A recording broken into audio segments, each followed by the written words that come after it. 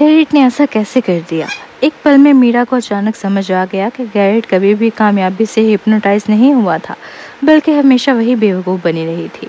اصل میں گیرٹ شروع سے ہی میرا سے جھوٹ بول رہا تھا۔ حال ہی میں بہت کچھ ہو چکا تھا۔ میرا کا دماغ گویا پھٹنے والا تھا اور وہ پاگلوں کی طرح چیخنے لگی۔ میں نے کچھ نہیں کیا، مجھے غلط مت ٹھہراؤ، میں تو صرف ایک عام سی ماہر نفسیات ہوں۔ سچ میں، پولیس والا طنزی انداز میں بولا، لیکن تمہارے چھوٹے بھائی نے سب کچھ تسلیم کر لیا ہے۔ اس نے کہا کہ تم حقیقت میں اپنی سوتیلی ماں سے نفرت کرتی ہو۔ بظاہر تم جویریہ کی عزت کرتی ہو، لیکن پس پردہ تم نے بار بار کشان اور جویریہ کے درمیان جھگڑے کروائے اور اسے اکسا کر اس کے سگے باپ سے بدتمیزی کروائی۔ تم جیسی عورت بہت ہی ظالم ہے، جس نے اپنے باپ کو بھی نہ بخشا۔ میرا مسلسل انکار کرتی رہی اور پولیس کی سخت پوچھ گچھ کے باوجود اپنا جرم قبول نہ کیا۔ حتیٰ کہ جب پولیس نے مزید اور مزید شواہد اکٹھے کر لیے تو پروسیکیوشن نے عدالت میں عوامی مقدمہ دائر کر دیا۔ مقدمے کے دن شہزام، صبرین، فریہ، الیزا، تنویر، زارون اور گیرٹ سب عدالت میں موجود تھے۔ کیس میں ملوث افراد کے غیر معمولی عہدے اور اس کی بڑی نوعیت کے باعث عدالت نے سماعت کو عوامی بنایا۔ اس مقدمے نے بہت سے صحافیوں کو اپنی جانب متوجہ کیا، حتیٰ کہ لائیو براڈ کاسٹ بھی ہو رہا تھا، کیونکہ الیزا ایک مشہور عوامی شخصیت تھی اور صبرین، فریہ اور شہزام بھی آسٹریلیا میں کافی مشہور تھے۔ جیسے ہی لائیو براڈ کاسٹ شروع ہوئی، بہت سے لوگ آن لائن دیکھنے لگے۔ فریہ صبرین الیزا کے ساتھ بیٹھی تھی، شہزام صبرین کے ساتھ بیٹھا تھا اور اس کے ساتھ والا شخص بھی خوبصورت نظر آ رہا تھا، جو لگاری کارپوریشن کا باز فرد تھا۔ اوہ میرے خدا، یہ عدالت تو بڑے لوگوں سے بھری ہوئی ہے۔ لگتا ہے کہ آج زارون سے بھی پوچھ گچھ ہونے والی ہے۔ میرا زارون کی سابقہ بیوی، رکو، کیا اس کی بیوی فریہ نہیں تھی؟ کہا جا رہا ہے کہ حال ہی میں ان کی طلاق ہوئی ہے۔ اب فریہ کی اس کی سابقہ بیوی ہے اور یہ میرا وہی ہے جس کا بائک فریہ کا سابقہ دوست شہزام تھا، اور میرا تنویر کی بھی پرانی دوست تھی۔ صبرین اور فریہ دونوں اس کی رقیب رہ چکی ہیں۔ خیر، سنا ہے کہ میرا نے کسی کو قتل کر دیا ہے۔ اوہ میرے خدا، یہ کیا ہے؟ شیطانی عورت، خوفناک۔ جب نیٹیزنز آن لائن اس پر گرم جوشی سے بحث کر رہے تھے، عدالت میں جج نے کارروائی کا آغاز کر دیا۔ گیرٹ پہلے اہم گواہ کے طور پر پیش ہوا اور اس کے بعد شہزام کی باری آئی۔ پھر اسپتال کے ایک ماہر نفسیات ڈاکٹر نے کہا، جب میں نے صبرین کو دیکھا تو مجھے نہیں لگا کہ اس کو کوئی دماغی بیماری ہے، لیکن میرا نے مجھے 5 ملین دیے اور کہا کہ شہزام کے سامنے یہ تسلیم کر لوں کہ صبرین کو ذہنی بیماری ہے، اور پھر میں نے صبرین کو پاگل خانے بھیج دیا۔ میرے غیر ملکی بینک اکاؤنٹ میں آج بھی رقم کی منتقلی کے ریکارڈ موجود ہیں، لیکن میرا نے اپنے ذاتی اکاؤنٹ سے پیسے منتقل نہیں کیے تھے۔ استغاثہ نے کہا، ہماری محنت کے بعد ہم نے اس منتقلی کا سراغ لگا لیا۔ میرا نے یہ لین دین اس دوست کے ذریعے کروایا تھا جسے وہ بیرون ملک تعلیم کے دوران ملی تھی۔ تدفین کے ادارے کے ایک ملازم نے کہا، جب ہم نے جویریہ کی لاش کو دفنایا تو میرا نے کہا کہ وہ جویریہ کی بیٹی ہے، اس لیے ہم نے وہی کیا جو اس نے کہا۔ دفناتے وقت ہم نے لاش کو نہیں دیکھا، اس لیے ہمیں نہیں پتا کہ اندر کیا تھا۔ پیچھے والا آ گیا۔ اسی دوران ہم نے کسی اور کو قبر کے قریب آنے نہیں دیا۔ کاشان سب سے زیادہ جذباتی تھا۔ یہ میرا ہی تھی جس نے جویریہ کی لاش تبدیل کی۔ وہ جویریہ سے سب سے زیادہ نفرت کرتی تھی۔ اس نے کہا تھا کہ وہ جویریہ اور میرے والد کو کبھی ایک ساتھ دفن نہیں ہونے دے گی۔ اس نے یہاں تک کہا کہ میرے والد جیسے آدمی کو جانوروں کے ساتھ دفن ہونا چاہیے۔ مجھے یقین ہے کہ جویریہ کی موت کا تعلق میرا سے ہے۔ میرا نے کئی بار کہا تھا کہ وہ جویریہ کو مار ڈالے گی۔ وہ چاہتی تھی کہ رانیہ کے پاس کچھ بھی نہ بچے، اور جویریہ کی موت کے بعد میرا نے مجھے باپ کے خلاف اکسانا شروع کر دیا اور کہا کہ جیسے ہی والد کا انتقال ہو، کمپنی ہم دونوں کی ہو جائے گی۔ میں یہی نہیں، میرا بہت تنگ دل عورت ہے۔ بظاہر وہ نرم دل لگتی ہے، لیکن اس نے پردے کے پیچھے بہت بڑے کام کیے ہیں۔ جو وہ شیرازی خاندان میں تھی تو اس نے اکثر رانیہ پر الزامات لگائے۔ پروسیکیوٹر نے کھانستے ہوئے کہا، گواہ براہ کرم ایسی باتیں نہ کریں جو مقدمے سے متعلق نہ ہو۔ کشان فوراً خاموش ہو گیا۔ عدالت میں بیٹھے تنویر کے چہرے کے تاثرات کچھ بدلے۔ تھوڑی دیر بعد اس نے آہستہ سے اپنی اینک اتاری، سر جھکایا اور چپ چاپ اپنے چشمے صاف کرنے لگا۔ الیزا نے بھی اپنی درد بھری آنکھیں بند کر لی۔ پروسیکیوٹر کھڑا ہوا اور بولا، کشان کے بیان سے یہ پوری طرح ثابت ہوتا ہے کہ میرا کے پاس قتل کی نیت تھی، اور میرا کے سابقہ مالک کے بیان سے ہمیں پتہ چلا کہ اس کی ہپنوٹائز کی صلاحیت انتہا کو چھو رہی تھی، اور جویریہ نے آخری بار میرا کو ہی دیکھا تھا۔ میرا کے جانے کے آدھے گھنٹے کے اندر جویریہ ایک حادثے میں ہلاک ہو گئی۔ ہم نے اس بارے میں اعلیٰ ماہرین نفسیات سے مشورہ کیا۔ اگر میرا نے پہلے جویریہ کو ہپنوٹائز کر کے اسے بے خودی میں مبتلا کیا اور اس حالت میں اس کی موت واقع ہوئی تو یہ پوری طرح ممکن ہے۔ بکواس! یہ صرف تمہارا قیاس ہے، میرا چلائی۔ عالی جا، یہ جویریہ کی موت سے پہلے کی میڈیکل رپورٹ ہے، وہ بالکل صحت مند تھی۔ پروسیکیوٹر نے ایک دستاویز پیش کی، اور تاریخ میں ایسے کئی واقعات ملتے ہیں جہاں لوگوں نے ہپنوٹائزم کو قتل کے لیے استعمال کیا۔ 1 گھنٹے کی طویل سماعت کے بعد جج نے آخرکار میرا کو مجرم قرار دے دیا، کیونکہ اس نے بہت سے بے گناہ کیے تھے اور ایک قتل بھی ثابت ہو چکا تھا، اس لیے عدالت نے اسے براہ راست سزائے موت سنا دی۔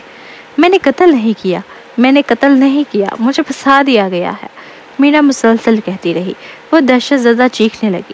پروسیکیوٹر، تم نے میرے ساتھ ناانصافی کی، یہ سب شاہ خاندان کی سازش ہے، عدالت بھی ان کی مدد کر رہی ہے۔ پولیس افسر نے دیکھا کہ میرا کی باتیں حد سے بڑھتی جا رہی ہیں تو فوراً اس کا منہ بند کر دیا۔ جج کا چہرہ سخت ہو گیا۔ کتنی مضحکہ خیز بات ہے۔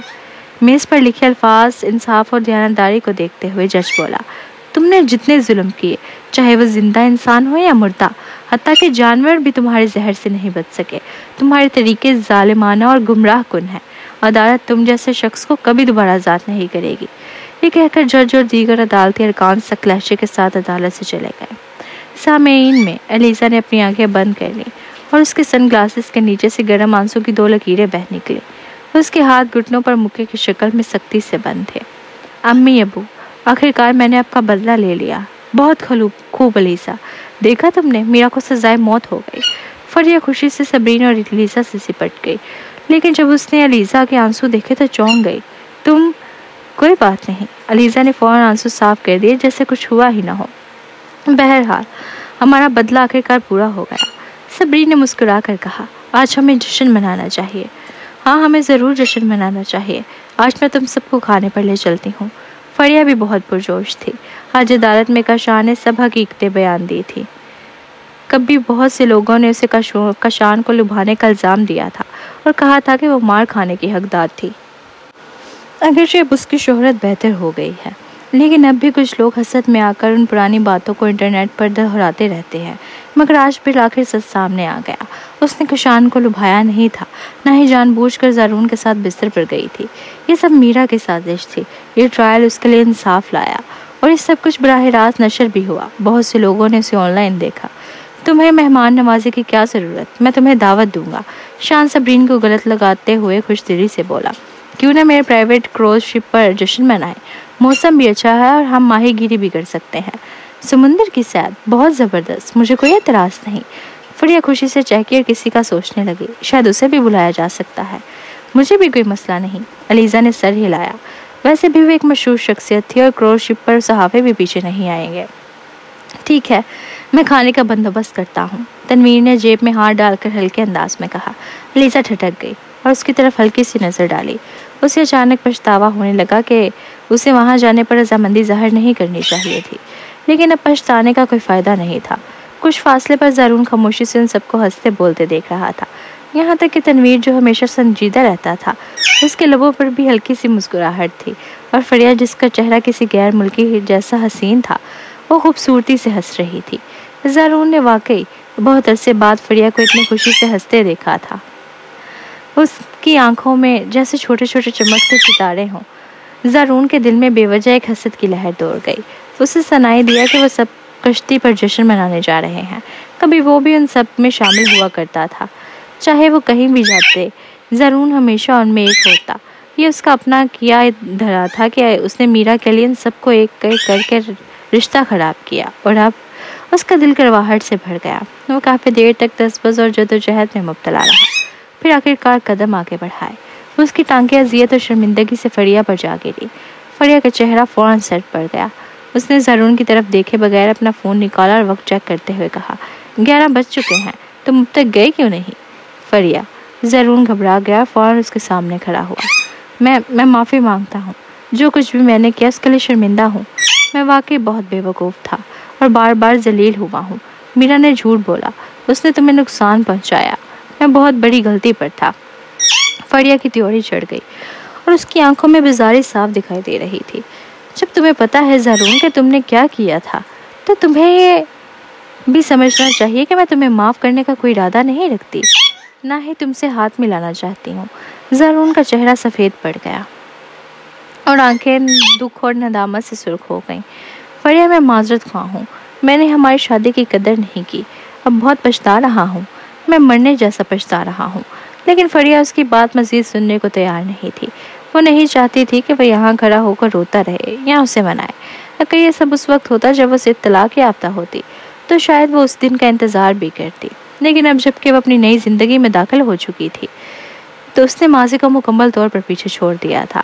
آج وہ صرف میرا کو دیکھنے آئی تھی۔ چلو چلے، فریا نے صبرین کا ہاتھ تھاما۔ ٹھیک ہے۔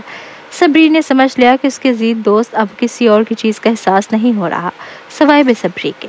تین خواتین عدالت سے بازو میں بازو ڈال نکل گئی، زارون کو نظر انداز کرتے ہوئے۔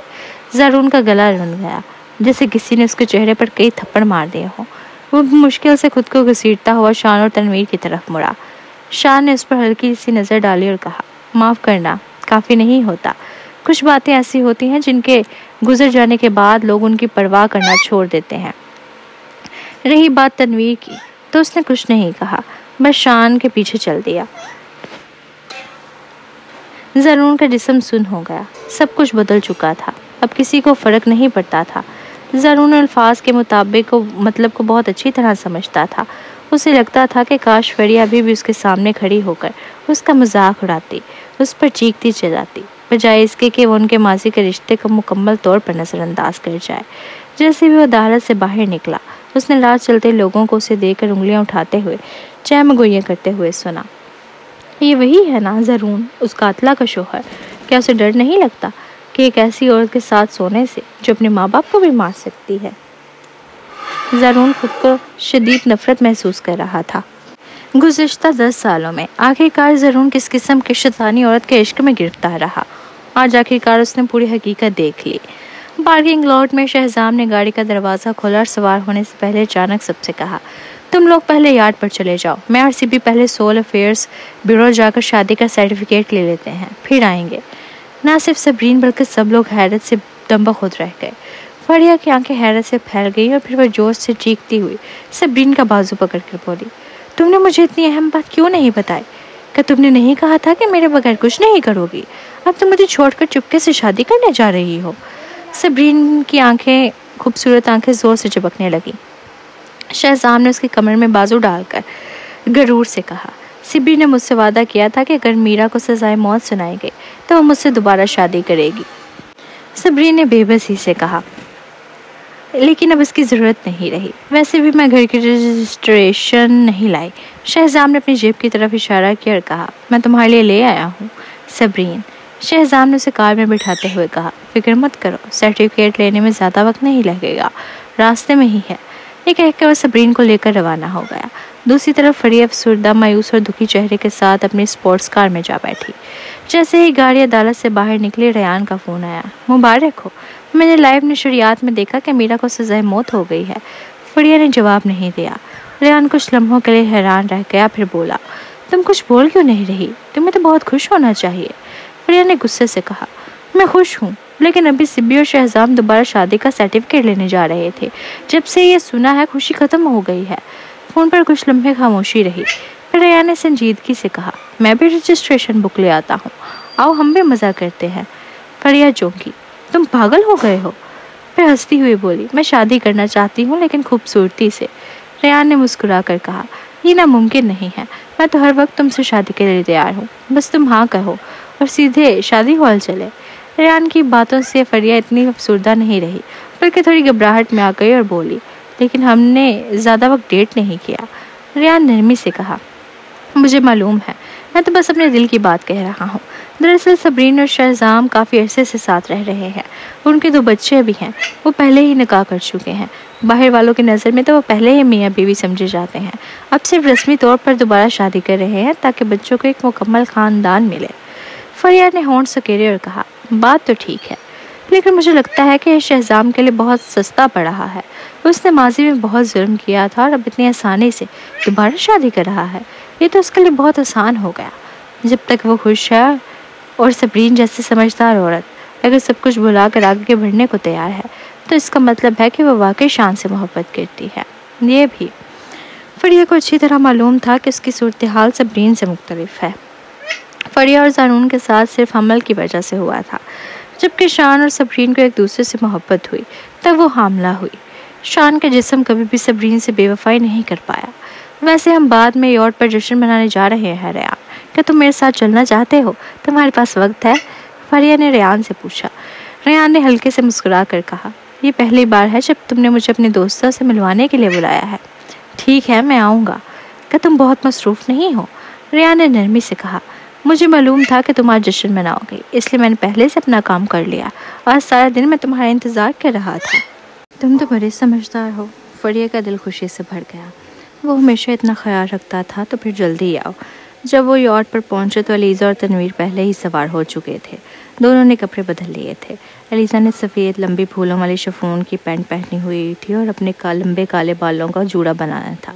وہ لمبی قد والی گوری رنگت کی مالک تھی، چاہے کچھ بھی پہن لے اس کا اسٹار جیسی شخصیت کو چھپانا مشکل تھا۔ فریہ نے آنکھ مار کر کہا، علیزہ، میں سمجھ گئی کہ جب بھی تم آرام دہ لباس پہنتی ہو تو انٹرنیٹ پر لوگ تمہاری نقل کیوں کرتے ہیں۔ جب میں نے تمہارا لباس دیکھا میرا بھی دل کیا کہ ایسا ہی کچھ پہنوں۔ علیزہ نے ہلکے سے مسکرا کر وضاحت کی، مجھے پینٹ پہننے میں زیادہ آرام محسوس ہوتا ہے۔ ڈریسنگ روم میں سارے کپڑے پہلے سے رکھے گئے ہیں اور سب کے سب نئے ہیں۔ یہ تو سچ ہے۔ فریہ کی نظریں تنویر پر جا پڑیں، جو ریلنگ سے ٹیک لگائے کھڑا تھا۔ وہ سفید ہلکی قمیض اور سفید پینٹ میں ملبوس تھا اور اس کے سیاہ بال سمندری ہوا سے تھوڑے بکھر گئے تھے، لیکن اس کی خوبصورتی پر کوئی فرق نہیں پڑا تھا، بلکہ وہ اور بھی پرکشش لگنے لگا تھا۔ فریہ نے تنویر کو ایسے انداز میں پہلے کبھی نہیں دیکھا تھا اور اس کے حسن میں کھو گئی۔ فریہ نے علیزہ کے کان میں آہستہ سے پڑا، کہا، یہ بات تو ماننی پڑے گی، تنویر کا چہرہ واقعی ہزاروں میں ایک ہے، اور وہ جسم، توبہ توبہ، اب جب یہ ہوا چلی تو میں نے اس کے پیٹ پر ایبس بھی دیکھ لیے۔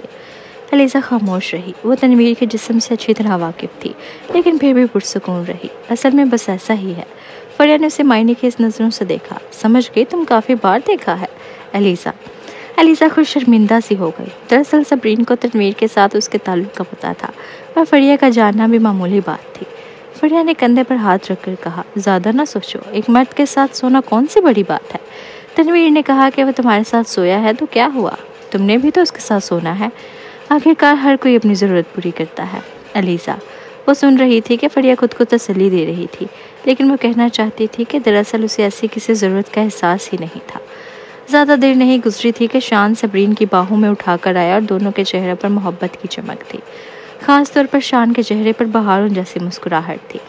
لوگوں ادھر آؤ اور میرا اور سبی کا نکاح رجسٹریشن دیکھو، ہم نے ابھی لیا ہے، خوبصورت ہے نا؟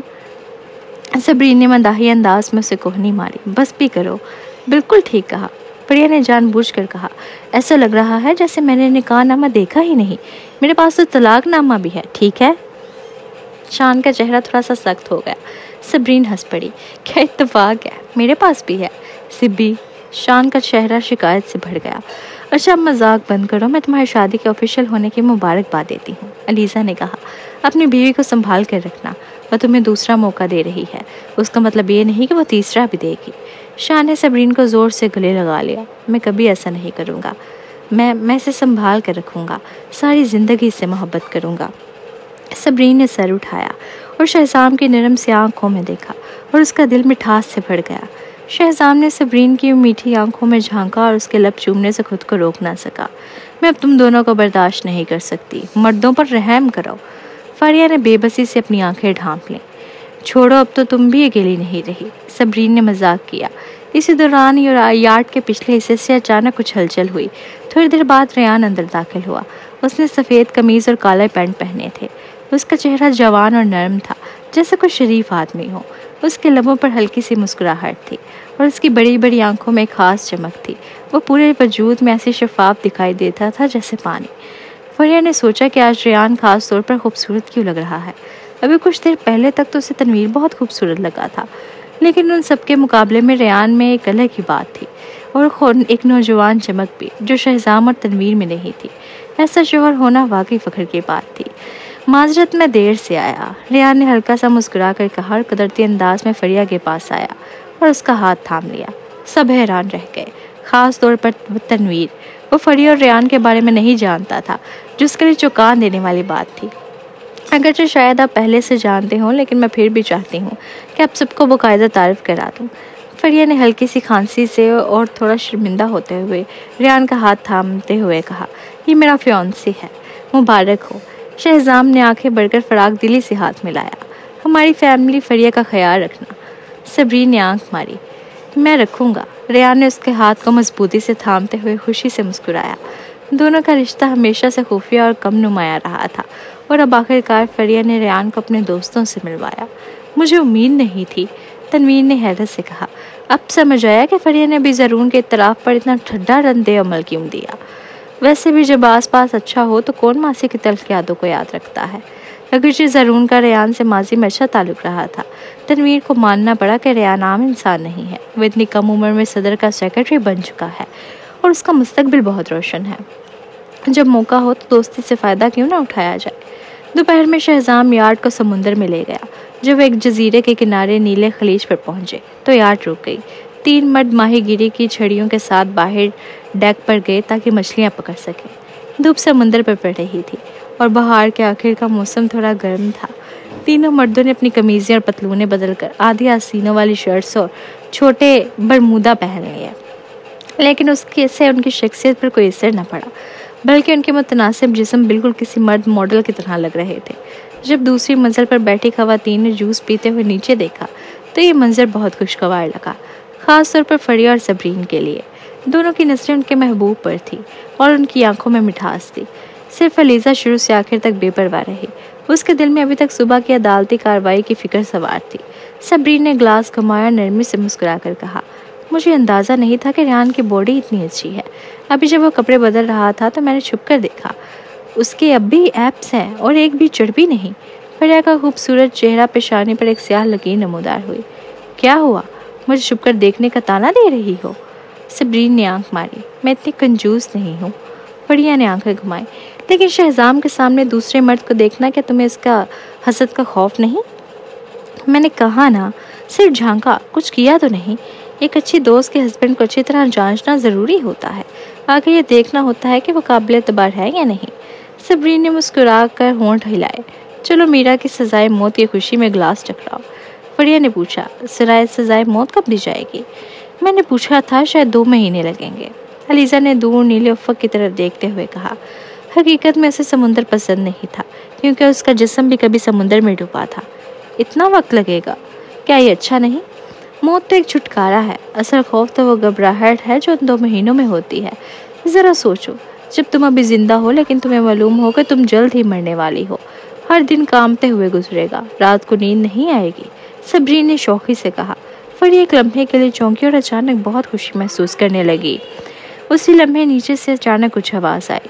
تینوں نے نیچے جھانک کر دیکھا تو پتہ چلا کہ ریان نے مچھلی پکڑ لی ہے۔ فریہ خوشی سے فوراً نیچے بھاگی اور ریان نے ابھی کانٹے سے ایک کالی مچھلی نکالی تھی۔ واہ، تم تو کمال ہو، اتنی جلدی مچھلی پکڑ لی۔ فریہ نے چمکتی آنکھوں سے ریان کی طرف دیکھا۔ قریب اور لوگ بھی موجود تھے۔ ریان تھوڑا شرمندہ ہو گیا۔ بس قسمت ہے، شاید یہ بلیک ہیڈ فش ہے۔ فریہ کو پرواہ نہ تھی۔ بہرحال سب سے پہلے مچھلی اس کے منگیتر کے ہاتھ لگی۔ کیا اس میں زیادہ کانٹے ہوتے ہیں؟ زیادہ نہیں۔ تو پھر میں رات کو یہی کھاؤں گی۔ ٹھیک ہے، میں تمہارے لیے رات کو بناؤں گا۔ ریان کی آواز نرم اور پرسکون تھی، لیکن اس میں محبت کی ایک ہلکی جھلک تھی۔ تنویر کافی پرسکون تھا، جبکہ شہزام جو محبت میں ڈوبا ہوا تھا تھوڑا حسد کرنے لگا۔ سبی، تمہیں رات کو کون سی مچھلی کھانی ہے؟ شہزام نے اپنی بیوی کی طرف دیکھا جو قریب آ رہی تھی، اور اس کا لہجہ بھی بڑا نرم تھا۔ صبرین نے اسے ایک نظر دیکھا اور کہا، ایسی بات نہ کرو جیسے جو مچھلی میں کہوں گی وہ تم پکڑ لو گے۔ شہزام لاجواب ہو گیا۔ بس تنویر نے ایک نظر اوپر کی منزل پر بیٹھی علیزہ کی طرف دیکھا، جس نے اب تک نیچے آنے کی زحمت نہیں کی تھی۔ اس کی آنکھوں میں ایک طنزیہ روشنی چمک اٹھی۔ ویسے بھی وہ واقعی بے حس تھی۔ جن عورتوں کو میں نے رکھا تھا ان میں سب سے گھٹیا نکلی۔ شام کے 5 بج رہے تھے۔